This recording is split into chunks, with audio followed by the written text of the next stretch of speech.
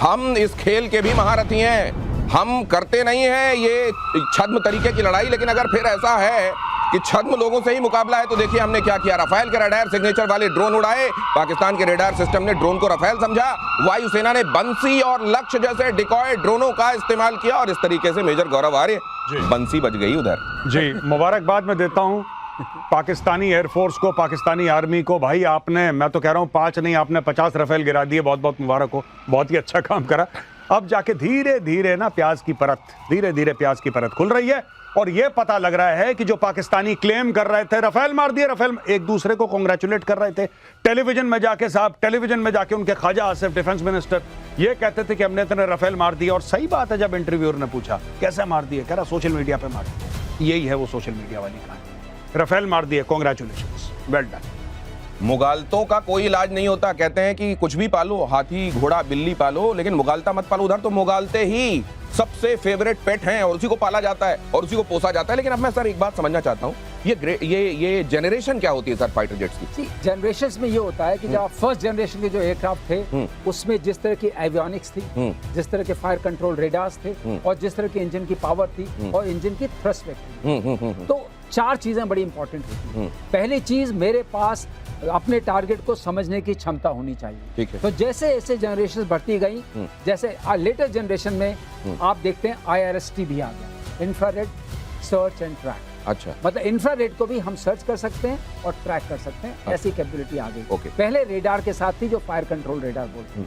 Avionics आगे की air situation जो है वो कॉकपिट में अवेलेबल हो गई। हेलमेट माउंटेड आपके वो आ गए, इंस्ट्रूमेंट्स आ गए कि सारे इंस्ट्रूमेंट जो जरूरी हैं वो हेलमेट के ऊपर आते हैं, आप ऊपर दे सकते हैं। तो सर डिस्प्ले आ गया। सर जैसे वीडियो गेम में कई बार जो हम वो खेलते हैं, करेक्ट, तो उसी तरीके से आपको हेलमेट में सब कुछ दिखाई दे रहा है। आपका जो हेड अप डिस्प्ले हो गया, मतलब आप टारगेट को देख भी रहे हैं और आपके सारे जरूरी इंफॉर्मेशन आ भी रही है। आपकी स्पीड, आपके एंगल ऑफ अटैक, आपका एंगल ऑफ अटैक, बाकी चीजें आपके सामने आ रही हैं। और आपके पास मिशन कंप्यूटर आ गया, आपके पास फेडेक आ गया, full authority digital control. That means आप प्रोफाइल फ्लाइंग कर सकते हैं। तो अब आप जनरेशन 1 लीजिए, जनरेशन 2 लीजिए, जनरेशन 3 लीजिए। अभी कहां तक पहुंच गए? अब हम जनरेशन 5 तक पहुंचे, लेकिन उसमें स्टेल्थ के फीचर आते ही वो 6 जनरेशन उसको 5+ बोलना चाहिए। 5+, लेकिन सर ये जो 5+ वाला है मामला, ये अब सैचुरेट हो रहा है, सब कुछ आ गया, या इसके अलावा अभी जहां और आता हूं आपके पास super Sukhoi Su-30 MKI upgraded deal, रक्षा मंत्रालय से हिंदुस्तान एरोनॉटिक्स को मंजूरी, 13,500 करोड़ रुपए के करार को मंजूरी, 12 सुखोई Su-30 MKI लड़ाकू विमानों को अपग्रेड किया जाएगा। सर ये अपग्रेडेशन कैप्टन श्याम जो किया जाता है, कि ये इसलिए किया जाता है, जाहिर है नया खरीदना बड़ा महंगा सौदा होता है, तो आप अपना पुराना जो लिया होता है उसको अपग्रेड करते हैं, लेकिन ये अपग्रेड करना उस नए को लेने को क्या रिप्लेस कर पाता है? देखिए, सबसे पहले तो मैं थोड़े से एक एनालिटिकल व्यूज दूंगा, बिल्कुल सिंपल सा। देखिए, जब आप ये जनरेशन की बात करते हो तो हमारा जो यूथ सुन रहे होंगे हमको, मैं बता दूं आपको, जब पायलट बनते हो आप सबसे पहले तो आपको वही कंप्यूटर गेम की टेस्ट होती है। जब आप इंडक्ट होते हो एज ए फाइटर पायलट तो आपको एक गेम खेलना पड़ता है जिसको कहते हैं PAVT या CPSS। आज जब तक वो आप क्लियर नहीं करोगे, बाय द वे एक ही बार चांस मिलता है, दोबारा नहीं मिलता। आप सिविल जो आप कह रहे हो ना सर, आज के बाद वो अपने माता पिता को दलील देंगे हम तो तैयारी कर रहे हैं, गेम नहीं खेल रहे हैं। तो ये बहुत जरूरी है। और जहां तक रेट्रोफिटमेंट की बात है, तो आप पुराने इक्विपमेंट को अपग्रेड करना चाहते हो इसलिए कि वो कॉस्ट इफेक्टिव होता है और उसी सिस्टम को आप एवियोनिक्स को डेवलप करते हो। मेनली क्या डेवलपमेंट होती है, एयरफ्रेम चेंज नहीं हो सकता, इंजन तो इंजन ही रहेगा। मेनली हमारा जो इलेक्ट्रॉनिक स्विच जो है और वेपन कैटेगरी है और उनका इंटीग्रेशन। आपको मैं एग्जांपल देता हूं, रैम्पेज मिसाइल जो MiG-29 में हमने इजराइल से इसी साल जनवरी में खरीदा, 250 किलोमीटर का, जो एयरफोर्स और नेवी दोनों में काम कर रहा है और जिसके साथ हम कॉम्बैट एयर पेट्रोल कर रहे थे।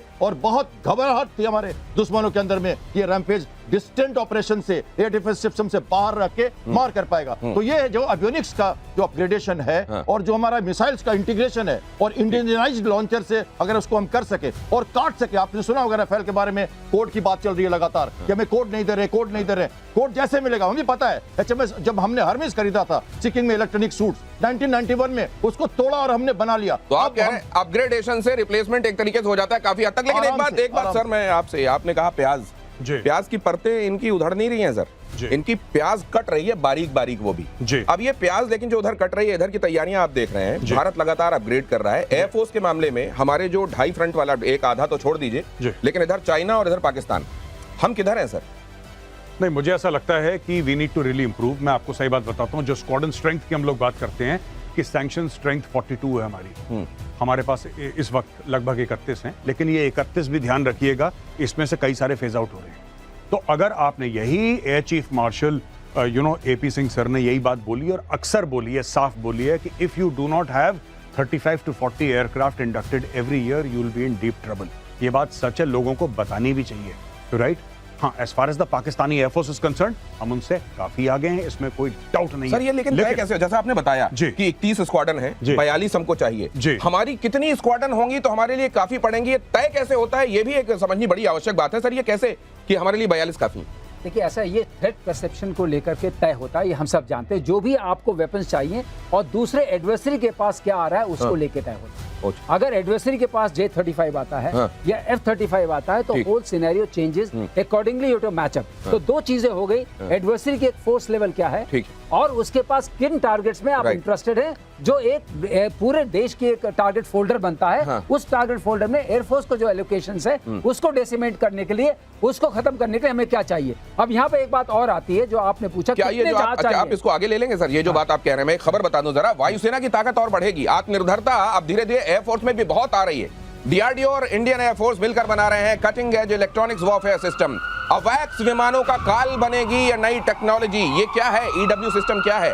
इलेक्ट्रॉनिक वॉरफेयर क्या है? कैसे हम इसमें आत्मनिर्भर होने से कहा जा रहा था, पहले कहा जाता था कि एयरफोर्स ही ऐसा है जिसमें निर्भरता बाहर ज्यादा है, क्या ऐसा था? बिल्कुल सही। सबसे पहले नेवी में आत्मनिर्भरता की कहानी शुरू हुई। ठीक। अगर आप मानेंगे फाउंडेशन तो नेवी ने सेटअप की कॉम्प्लेक्स इक्विपमेंट के लिए, शिप बिल्डिंग के लिए, सबमरीन्स के लिए नेवी आगे आई, उन्होंने अपना डिजाइन ब्यूरो अपना बनाया और आगे बढ़ी, इसमें कोई दो राय नहीं है। और अब रही बात एयरफोर्स की, एयरफोर्स सबसे पीछे रही क्योंकि हमारे पास जो LCA का एक्सपीरियंस रहा 30 साल से बनता रहा लेकिन कुछ नहीं आया सर। लेकिन एक चीज, आप जैसे आज डिजिटल करेंसी तक में हम पहुंच गए हैं, लेकिन जितना आपका डिपेंडेंस इस तरह की ऑटोमेटेड चीजों में बढ़ता है, उतना ही एक छोटा सा कहीं ग्लिच आया और बड़ी परेशानी हो जाती है। तो ये जो इलेक्ट्रॉनिक वॉरफेयर वाली जो बात है, अब डिपेंडेंस अगर इलेक्ट्रॉनिक्स में ज्यादा है तो क्या ये कहीं एक लिमिटिंग फैक्टर भी बनता है सर? नहीं, लिमिटिंग फैक्टर इसलिए नहीं बनता। जब आप जहाज में डालते हैं इलेक्ट्रॉनिक वॉरफेयर इक्विपमेंट तो हमेशा आप उसकी शील्डिंग करते हैं, उसको फेराडे केजेस में रखते हैं, उसकी इस तरह के करके रखते हैं कि आपको वो दिक्कत नहीं है, क्योंकि आप जानते हैं कि वो दिक्कत है। जो EW की बात आप यहाँ कर रहे हैं वो EW इसलिए कि अगर आप ट्रांसमिट करते हैं तो आपका ट्रांसमिट करने के लिए स्पेक्ट्रम बहुत बड़ा होता है। ठीक। आप VHF में ट्रांसमिट कर सकते हैं, लो फ्रीक्वेंसी में, बहुत हाई फ्रीक्वेंसी में। इन पूरे को आप ब्लॉक नहीं कर सकते बरात जामिंग के कारण भी। लेकिन अगर आप जायंट फ्रीक्वेंसी रखते हैं और क्विकली आप चेंज ओवर कर सकते हैं तो आप जैम कर सकते हैं, आप स्पूफ कर सकते हैं। ये सर अगली खबर बताता हूं। ये देखिए, ये किस तरीके से जैमिंग होती है, स्पूफिंग होती है, इसको और इलेबोरेट करेंगे आगे। लेकिन रक्षा क्षेत्र से जुड़ी ये बड़ी खबर है। बेंगलुरु की कंपनी केपलर एरोस्पेस के साथ रक्षा मंत्रालय का करार, दुनिया की पहली ISR स्वामिंग सैटेलाइट बनाएगी कंपनी। इंटेलिजेंस, सर्विलांस और रिकॉनेसेंस पर फोकस होगा।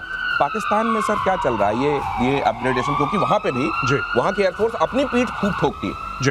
वहां पे मैं आपको एक बात बता दूं दिनेश भाई, साफ सीधी बात है कि उनके पास फंड्स नहीं है। इन सब के लिए एक तो विजन चाहिए आपको।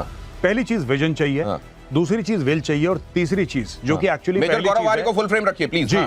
ये आपको चाहिए बहुत बड़ा पैसे का भंडार, उसके बिना नहीं होगा। आप सैटेलाइट्स की बात कर रहे हैं, आप किसी चीज की भी बात कर रहे हैं, आज की तारीख में आप ये देखिए, बाद में बीच में चल रही थी ना J-35 दे देगा चाइना, 50% डिस्काउंट पे दे देगा चाइना। ख्वाजा आसिफ ने क्या बोला? आपने पाकिस्तान का नाम लिया, ख्वाजा आसिफ क्या बोलता है? नहीं, ये खबर सब झूठी है, सब सोशल मीडिया पे, हम तो कुछ नहीं ले ही नहीं सकते। इनके पास वो पैसे ही नहीं है। चाइना कब तक फ्री में देगा? आज की तारीख में भारत कहता है कि पता नहीं, हम दर्जनों सैटेलाइट, और अगले साल अप्रैल में हमारा इनिशियल खेप चला जाएगा अंतरिक्ष में। We will have an entire complex of military satellites, entire complex, जो पूरी दुनिया को देखेंगी। और कैसे? वो सर ने समझाया था। सर ने एक बार समझाया था कि सैटेलाइट्स क्या है, कि एक ड्यूरेशन के बाद आती हैं। इससे क्या होगा कि आपका 24 घंटे जिस एरिया को आपको दुनिया को देखना है, आपको देखना है ना चाइनीज आर्मी की क्या मूवमेंट हो रही है, फट से फट पाकिस्तानी एयरफोर्स क्या कर रही है, वहां पे आपने पकड़ लिया। ये तो पाकिस्तान के पास नहीं, लेकिन चाइना तो उसको मुहैया करा ही रहा है इंफॉर्मेशन। देखिए, बात ठीक है कि चाइना करवा रहा है, लेकिन पाकिस्तान भी अपने आप को डैमेज कर रहा है। अगर आपकी अनुमति हो, मैं छोटा सा बताइए। यूएसएसआर कैसे टूटा? यूएसएसआर ऐसे टूटा कि वो अमेरिका के साथ एक आर्म्स रेस में फंस गया। अमेरिका कैपिटलिस्ट कंट्री, पैसे की कोई कमी नहीं। रशिया कम्युनिस्ट कंट्री, पैसे की बहुत कमी।